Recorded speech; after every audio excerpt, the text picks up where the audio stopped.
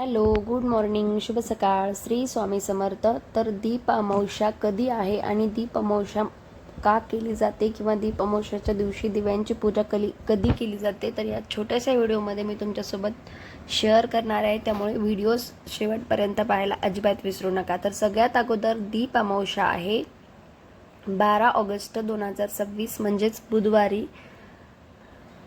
तर मग दीपपूजन किंवा दिव्याची अमावस्या ही आषाढ महिन्याच्या शेवटच्या दिवशी म्हणजेच आषाढ अमावस्येला साजरी केली जाते. तर याच सणाला दीप अमावस्या असं सुद्धा म्हणतात.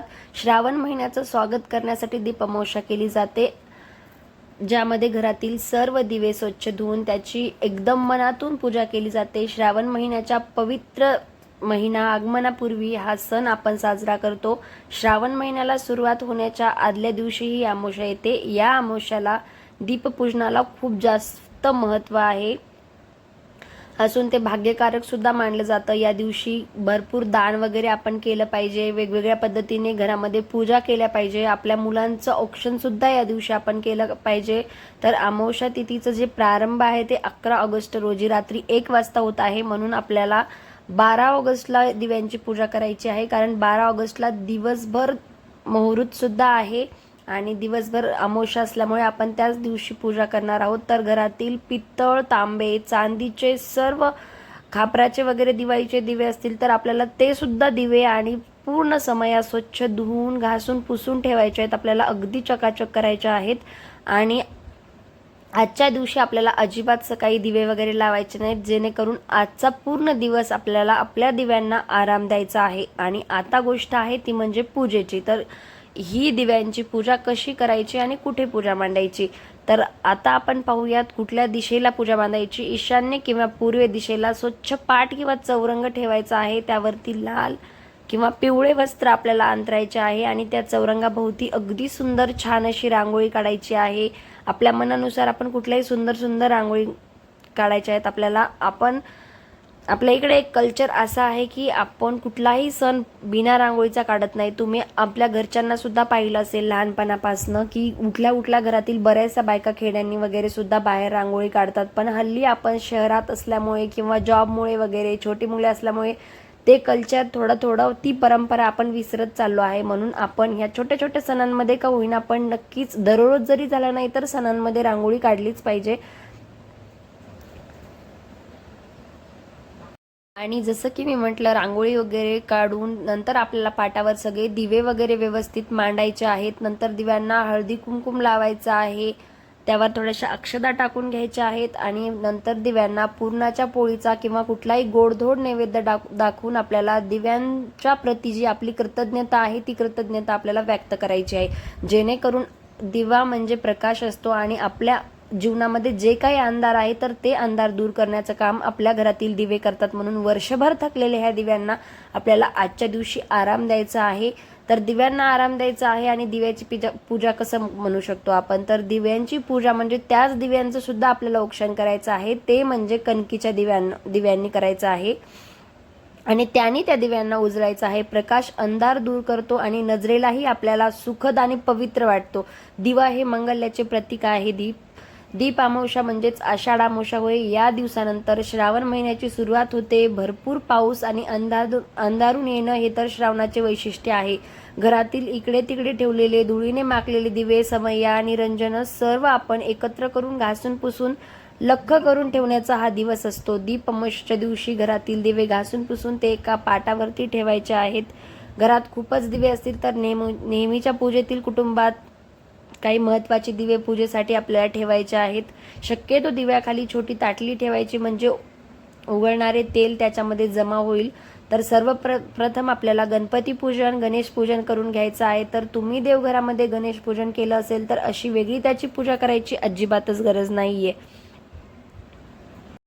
अगोदर आपल्याला थोडेसे तांदूळ टाकून घ्यायचे आहेत, जे पाट किंवा आपण जे लाल वस्त्र अंतरलं आहे किंवा पिवळं त्याच्यावर. नंतर त्यावर हळदी कुंकुम व्हायचं आहे आणि त्यावर गणेशाची मूर्ती किंवा जर मूर्ती नसेल तर आपल्याला सुपारी ठेवायची आहे. आणि नंतर वक्रतुंड महाकाय सूर्यकोटी समप्रभ निर्विघ्नं कुरु मे देवो सर्व कायेषु सर्वदा ह्यात गणपती बाप्पांच्या मूर्तीवरती पाण्याने आणि पंचामृताने अभिषेक करून घ्यायचा आहे आपल्याला आणि त्यानंतर आपण गणेशाची मूर्ती पूजेमध्ये ठेवणार आहोत. गणपती बाप्पांना नमस्कार करून पूजेची सुरुवात करूयात. पूजेमध्ये घेतलेले जे दिवे आपण पूजेमध्ये ठेवणार आहोत ते दिवे पूजेमध्ये ठेवण्याच्या आधी दिव्यांच्या खाली आपल्याला अक्षता टाकायच्या आहेत, आसन ठेवायचं आहे. नंतर ते दिवे आपल्याला त्यावर ठेवायचे आहेत. नंतर आपण दिव्यांना हळदी कुंकू व्हायचं आहे, त्याच्यावरती आपल्याला दिवे ठेवायचे आहेत. दिव्यांमध्ये वाती या कापसाच्या असायला हव्यात आणि शक्यतो त्या वाती आपण तुपाच्या ठेवायच्या, कारण दररोज तर आपण तेलाचा दिवा लावतोच, म्हणून आपल्याला या तुपाचा दिवा लावायचा आहे, ते पण सकाळी नाही, रात्रीच्या वेळेला. दिवा हा प्रकाश, ज्ञान, शुद्धता आणि प्राणज्योतीचे प्रतीक मानले जाते. देवघरात दिवा लावणे म्हणजेच आपली आत्मिक ऊर्जा आणि श्रद्धा ईश्वराला समर्पित करणे. दिव्याच्या ज्योतीमुळे भौतिक आणि मानसिक अंधार दूर होतो. ती नकारात्मकता, अज्ञान आणि वाईट शक्तीचा नाश करते. तसेच घरात सकारात्मकता, ऊर्जा आणि आनंद निर्माण करते.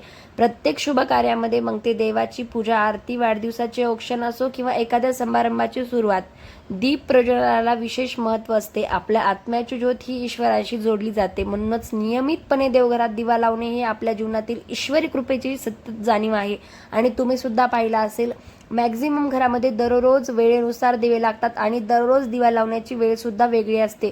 तुम्ही जर काही घरांमध्ये पाहत असाल तर ते मुहूर्तानुसार दिवा लावतात, म्हणजे किती वाजून किती मिनिटाला आज सूर्यास्त होणार आहे तर किंवा दिवस मावळणार आहे असं सुद्धा म्हणतात खेड्यामध्ये, तर त्यावेळेला ते एक्झॅक्ट दिवा लावतात. म्हणून त्याचे सुद्धा बरेचसे मुहूर्त आहेत, त्यानुसार सुद्धा आपण केलं पाहिजे. पण हल्लीच्या बायकांना किंवा हल्ली आपल्याला तेवढ्या गोष्टी करणं होत नाही, तर आपण ॲटलिस्ट देवाला अंधार झाल्यावर का होईना दिवा नक्कीच लावला पाहिजे. दिव्यांच्या प्रकाशाने वाईट शक्तीचा सुद्धा नाश होतो. यानंतर आपल्याला पंचोपचार पूजन करायचं आहे, म्हणजेच दीप आणि नैवेद्य या 5 गोष्टींनी प्रज्वलित दिव्याचे पूजन करायचे आहे. या दिवशी आपल्याला कणकीचे दिवे बनवायचे आहेत आणि कणकीच्या दिव्यांनी आपल्याला आपल्या दिव्याला, समयाला, निरंजनाला ओवाळायचं आहे. आणि त्या कणकीच्या गोड दिव्यांमध्ये उकडलेले बनवतात आणि त्या दिव्यांमध्ये आपल्याला तेल वात घालून प्रज्वलित करायचं आणि त्यानंतर आपल्याला गोडाचा नैवेद्य दाखवायचा आहे.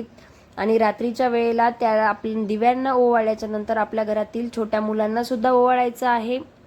महत्त्वाचं म्हणजे आजच्या दिवशी आपल्याला आपल्या मुलांच्या हातून एकतरी दिवा लावून घ्यायचा आहे. जसं की आपल्या मुलांना किंवा मुलींना आपण आपल्या वंशाचे दिवे वगैरे म्हणतो किंवा त्यांना ही संस्कृती समोर जपण्यासाठी प्रोत्साहित करणे असं सुद्धा म्हणू शकतो. म्हणून मुलांना सुद्धा आपल्याला एक दिवा लावून घ्यायचा आहे.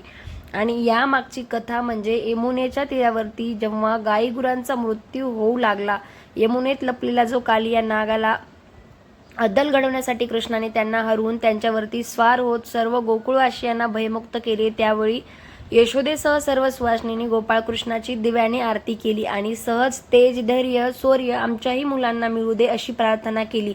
तेव्हापासून ही प्रथा सुरू झाली आहे. हा प्रसंग आषाढ अमावस्येला घडल्याने या दिवशी दिव्यांनी आशवंत उजळून निघाल्याने त्या रात्रीला दिव्यांचे अवस असे म्हटले जाऊ लागले. प्रकाश अंधकार दूर करून सारे काही उजळून टाकतो, त्याचप्रमाणे संकटाच्या अंधाराला चिरून सर्व संकट दूर करून मुलांचे आयुष्य ही नवी उमेदत, शक्ती, ऊर्जेने उजळून निघावे या इच्छेने मुलांना दिव्याने ओवाळले जाते. आजही मुले हे भविष्यातील जबाबदार असतात, त्यांच्यावर चांगले संस्कार घडावेत यासाठी धर्मशास्त्राने सांगितलेला संस्कार विधी आहे.